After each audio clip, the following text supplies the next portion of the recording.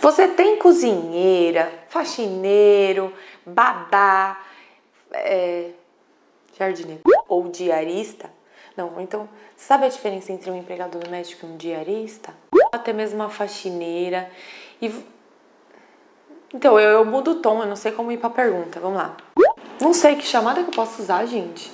Você tem, ou até mesmo você é, cozinheira, faxineira, jardineiro, motorista, babá, qualquer profissão relacionada a uma família e não sabe a partir de quando ela deixa de ser uma diarista e passa a ser empregado doméstico?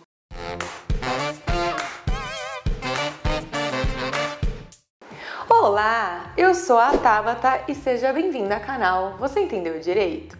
O empregado doméstico é aquele que presta serviços para uma pessoa ou para uma família no âmbito residencial dela e tem todas as características comuns do vínculo de emprego, que tem um vídeo só sobre isso. Além delas, da onerosidade, de receber um salário, de ser habitual e etc., ela tem que exercer uma função não lucrativa, ou seja, para quem ela vai fornecer aquele serviço é a própria família ou a pessoa contratante, e tem que ser mais de 2 vezes por semana para caracterizar a habitualidade. Ou seja, aquela faxineira que vai 2 vezes na semana, ela ainda pode ser tratada como diarista. A partir de 3 vezes já é empregada doméstica. E o empregado doméstico, ele também tem a modalidade de contrato temporário em 2 hipóteses. O contrato de experiência, você pode contratar a faxineira, a cozinheira e fazer o período de 3 meses de experiência. E também tem aquele empregado que é contratado para um fim específico. Então, você fez uma cirurgia, você vai precisar de uma cuidadora para te dar banho, para levar comida na cama. Você pode contratar ela como empregada doméstica. Assim como se você vai fazer uma viagem, você precisa levar junto para fazer a faxina, para você conseguir dar aquela relaxada. Ou um motorista, porque você não está dirigindo e ao invés de você usar Uber ou meios alternativos, você contrata alguém para ficar temporariamente a seu dispor. E esse contrato temporário ele tem um prazo máximo de 2 anos. A partir daí, ele já é considerado um trabalho por prazo indeterminado. E essa informação ela é muito importante, inclusive, para quem tem cuidadores de idosos em casa. Ao invés de deixar numa casa de repouso, deixa uma enfermeira. A partir das 2 vezes na semana, sendo a mesma pessoa, por mais que você contrate uma prestadora de serviço, um home care, se é aquela enfermeira que está mais de 2 vezes na sua casa, se eventualmente ela quiser processar a empresa para quem ela trabalha, que é terceirizada, ela pode sim refletir os direitos dela em você, por também caracterizar o vínculo empregatício. E quais são os direitos trabalhistas do empregado, já que é uma lei apartada, específica? Elas basicamente são iguais do trabalhador comum. A hora extra, que é a que excede a 8ª hora diária ou 44 horas semanais, com adicional de 50%. O abono pecuniário, que é quando você vende 1/3 das suas férias. O 13º, o aviso prévio, adicional noturno. Mas tem algumas peculiaridades, algumas diferencinhas em 4 pontos dos direitos trabalhistas. Um deles é o cartão de ponto, porque a empresa ela só é obrigada a ter um controle de jornada, é aquele cartão que você anota a hora que você entra, que você sai para o almoço, a partir de 20 funcionários. Já o empregado doméstico, mesmo que seja um só, é obrigatório ter esse registro de horários, inclusive a saída e a volta do almoço. Já as férias, ele também tem direito às férias, inclusive aquele empregado que mora na casa, porque ele tem lá os seus 30 dias de descanso, porque todo mundo precisa, mesmo residindo. Ele continua morando na casa, mas ele não vai prestar serviços. Ele vai passear, vai viajar, vai ficar assistindo Netflix, ele tem direito sim. Só que o empregado comum, agora, nessa última alteração da CLT, pode ser dividido as férias em 3 períodos. Já o empregado doméstico em apenas 2, ou seja, um dos períodos tem que ter no mínimo 14 dias. E quem decide se pode parcelar essas férias em 2 períodos de usufruto, de saída, é o patrão, não é o empregado. E tem direito a essas férias desde que tenha trabalhado para a mesma pessoa ou família. Família não é assim, trabalha na sua casa, aí trabalha na casa da avó, da tia, da prima, não.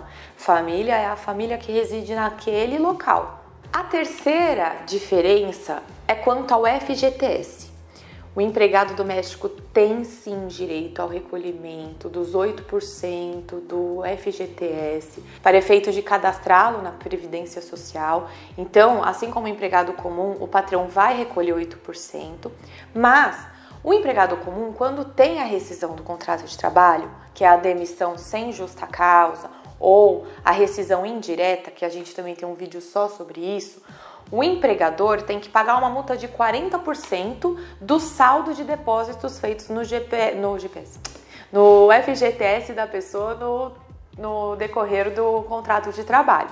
Já a empregada doméstica, o patrão ele vai pagar os 8% e também vai depositar, junto numa guia semelhante a essa, 3,2% em caráter de garantia dessa multa. Ou seja, ao invés de ele pagar 40% no fim, ele vai pagar mensalmente 3,2% numa conta que vai ficar em nome da empregada doméstica, mas vai ser reservada em apartado daquela de depósitos de 8%, para que numa eventual demissão sem justa causa ou rescisão indireta, a empregada consiga sacar. Essa reservinha, esse baúzinho é enviado para a conta do FGTS e ela saca junto com os depósitos. Porque se entende que a pessoa física tem menos condições financeiras do que uma pessoa jurídica de arcar com uma multa de 40% em cima de valores que muitas vezes são altíssimos quando a pessoa trabalha em 5, 10 anos na mesma casa. Aí você me pergunta,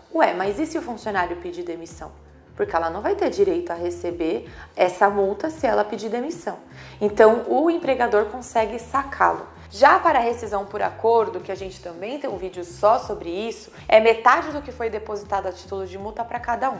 Então, o empregador tem se tornado metade do que ele depositou e a empregada saca. E a quarta e última questão que a gente precisa colocar as diferenças é quanto ao seguro-desemprego. O empregado doméstico também tem direito a ele, desde que tenha contribuído 15 meses dentre os 2 últimos anos como empregado doméstico. E não pode estar recebendo nenhum benefício da Previdência Social, exceto auxílio-doença e pensão por morte. E o seguro-desemprego vai ser no valor do salário mínimo federal do ano da demissão, por uma prestação máxima de 3 vezes, ou seja, por máximo 3 meses. Isso vai depender ali de jogar proporcionalidade com o tempo de trabalho.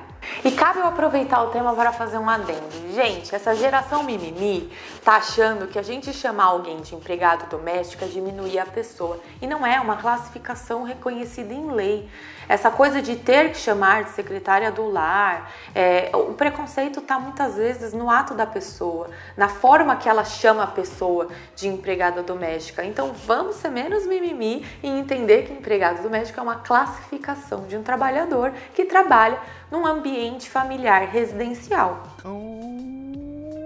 Então, se você tem aquele amigo chato que fica te corrigindo quando você fala, minha empregada fez tal comida hoje, compartilhe esse vídeo. E se você gostou, deixa o seu like, se inscreva no canal, gente. A gente precisa de ter vocês como inscritos para ter voz.